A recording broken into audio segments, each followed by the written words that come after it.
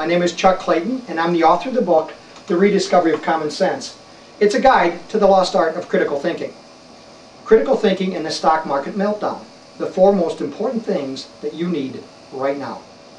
This is not the first time we here in the United States have experienced crisis, nor will it be the last. We are strong, but right now we have extremely big problems. First, let's look at the current stock market turndown. Bear markets have a drop of 20 to 40% or more off the high. Since 1946, there have been 11 bear markets. So far, in this bear market, the Standard & Poor's 500 has been down as low as minus 43%. That's third on the list of 11 bear markets, and this bear market is only a year old. Only two other bear markets have produced worse. The worst bear market, with a drop of 49%, started in March of 2000 and lasted 929 days. We are only one or two very bad days from becoming the worst bear market since the Great Depression. Now that's scary. How much further can it go down? No one knows, but we are definitely in interesting times. The Chinese have a curse that says, "May you live in interesting times." What happens next? The subprime mortgage meltdown is still occurring. Also right ahead of us we have credit default swaps lurking in the dark, unregulated alleys of the stock market.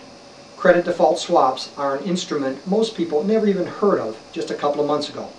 Many of these credit default swaps become due shortly. More shockwaves are sure to be injected into the economy from these financial weapons of mass destruction. Credit default swaps are extremely complicated, unregulated insurance policies that total somewhere around $46 trillion, yes, trillion dollars. While little known to most individual investors, credit default swaps are commonly used contracts to insure against the default of financial instruments such as bonds and corporate debt. How much will the failure of the credit default swaps affect the financial markets is anybody's guess. Next, many people may begin to default on their credit cards who have defaulted on their mortgages. This will put even more pressure on the already fragile financial system. Subprime mortgage failures, credit default swaps, and increasing inventory, collapsing businesses, credit card defaults, and dried up consumer spending doesn't paint a pretty picture for the near future.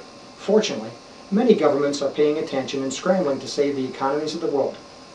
But is it too little or too late?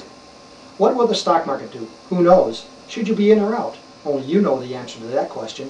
One thing is for sure, these events are unprecedented in the past 80 years, and there's still plenty of surprises ahead of us. It is a very dangerous game to invest in right now. Vegas probably has better odds. The four things you can do right now. Number one, protect your cash. Minimizing debt and having cash reserves is important right now. How much you should have in the stock market is an individual decision based on facts, data, common sense, and feelings about what is right for you and your family. Number two, protect your confidence. Making sound critical decisions will help you to preserve your confidence and make wise decisions on your finances. Number three, knowledge is power. There's an incredible number of excellent resources to help you gather facts and data, the first step in great decision making. The resources page on my website will guide you to the right places. Number four, strengthen your critical thinking skills. Strong critical thinking skills are needed more than ever to address this stock market meltdown. My book, The Rediscovery of Common Sense, provides the basics on critical thinking, decision making, and problem solving. Armed with this knowledge, you will be able to sleep better at night and make wiser decisions for your financial future.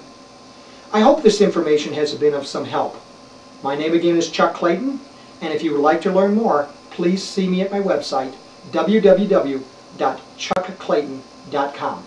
Thanks for listening.